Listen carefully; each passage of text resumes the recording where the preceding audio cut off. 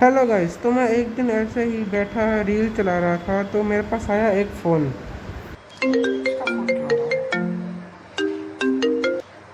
Hello. Vrindavan.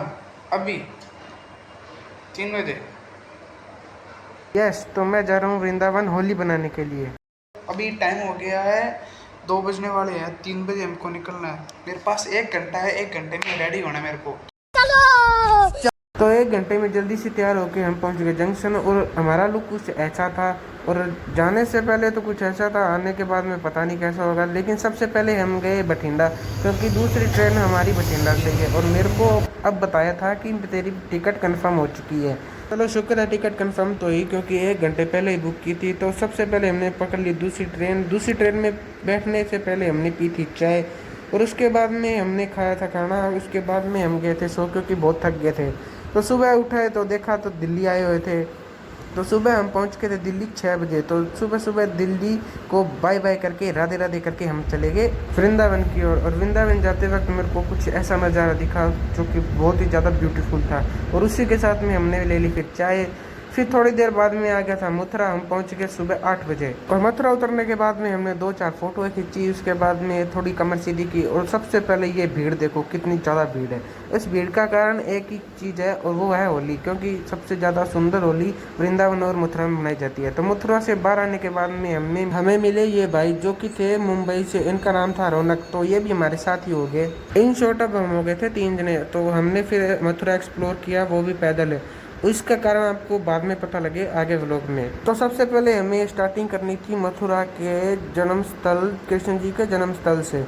तो हम explore करते करते, धीरे धीरे पैदल चलते चलते हम पहुंचे जन्म स्थल पे। और यहाँ पे एक बात तो है, कुत्तों से ज़्यादा मेरे को बंदर दिखे थे। जन्म स्थल पे हम पहुंच तो गए थे, लेकिन एंट्री नहीं ले पाए, क्योंकि भीड़ बहुत ज़्यादा थी और बैग अंदर ले जाने नहीं देते थे, और बैग वाली लाइन बहुत ज़्यादा लंबी थी। तो हम पहुंचे के वापस, बिना टाइम बर्बाद करे हम पहुंच के द्वारकाधीश। और हमें पता चल गया था द्वारकाधीश में होली बनाई जा रही है अभी, और टाइम है।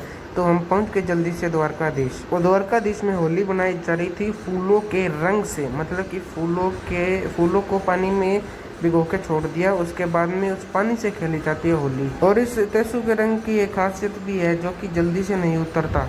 तो हम भी शामिल हो गए और हमने भी खेली होली। तो आप इंजॉय करो ये वीडियो।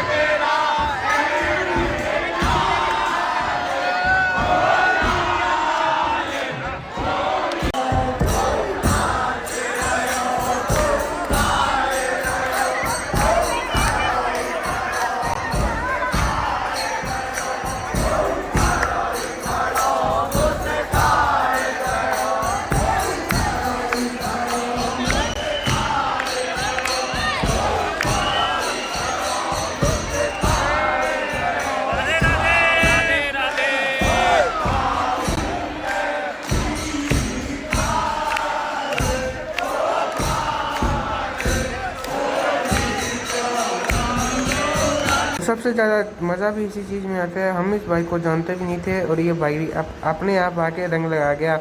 रैंडम बंदा था, चलो कोई बात नहीं, लगा गया, होली है, कोई बात नहीं, कोई दिक्कत नहीं। फिर इसके बाद में 10-15 मिनट और नाचना गाने के बाद में और होली खेलने के बाद में हम आ गए बाहर। बाहर बहुत ज़्यादा भीड़ हो गई थी अंदर, इसलिए बाहर आ गए हम। बाहर आने के बाद में हमने अपना हाल देखा, तो हम तीनों जने पूरा रंग से भीजे हुए थे। तो उसके बाद में हम पैदल पैदल आ गए बिरला मंदिर।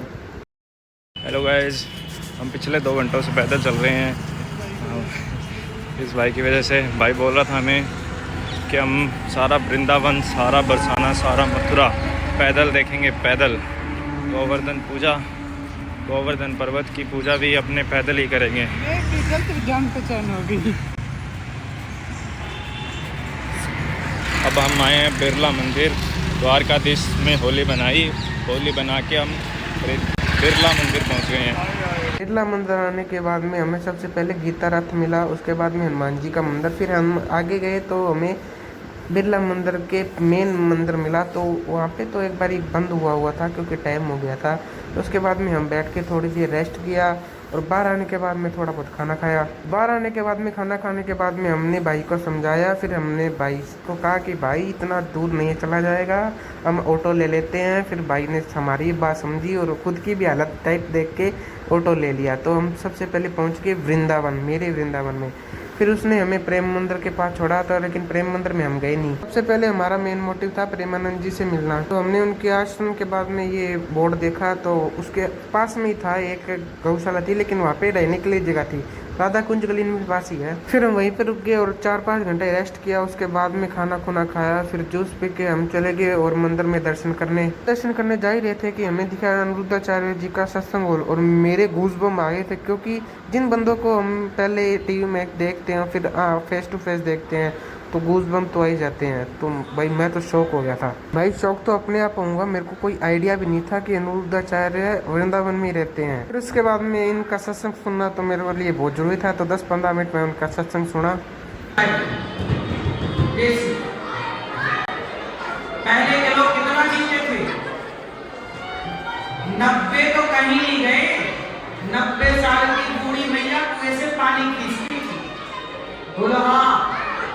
और आज 60-70 में तुमसे चला नहीं जा रहा। क्यों मैया? आपकी सास कितने साल में गई हैं?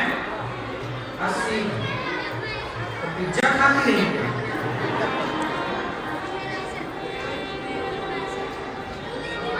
पहले के लोग जितना भी जीते थे ना, स्वस्थ जीते थे,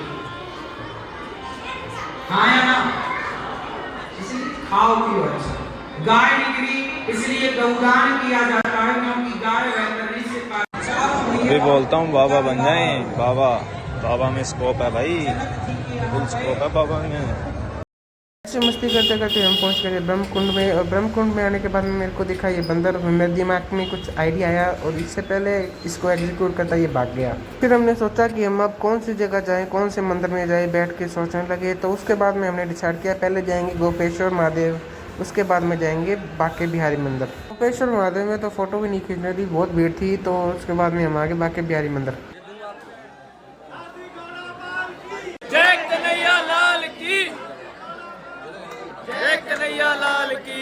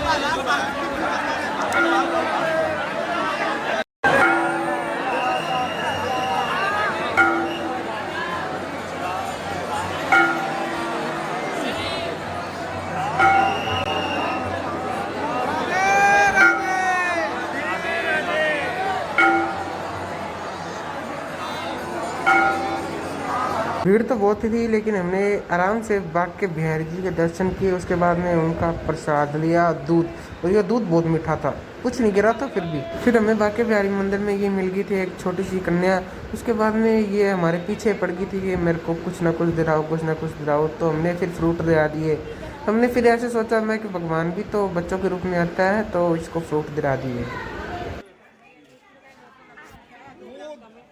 इसके बाद में हम घर पे आ गए थे। घर पे आके फ़ोन देखा तो हम टोटल आज के दिन में 36 स्टेप चल के चुके थे। हम सो गए थे क्योंकि रात को 3 बजे हमें प्रेमानंद जी के दर्शन भी करने थे। तो हम रात को 3 बजे आ गए थे प्रेमानंद जी के दर्शन करने। उधर जाके देखा तो भीड़ तो बहुत ज़्यादा हो गई थी, बहुत ही ज़्यादा हो गई थी। और हमने इधर उधर से पूछा तो उन्होंने बताया कि ये रोज़ ही होती है इतनी ज़्यादा भीड़। हमें प्रेमानंद जी के दर्शन तो हुए, लेकिन इतने खास नहीं हुए क्योंकि बहुत ज़्यादा भीड़ थी। तो हमने फिर उसके बाद में अगले दिन जाने का प्रयास किया उनके सत्संग में।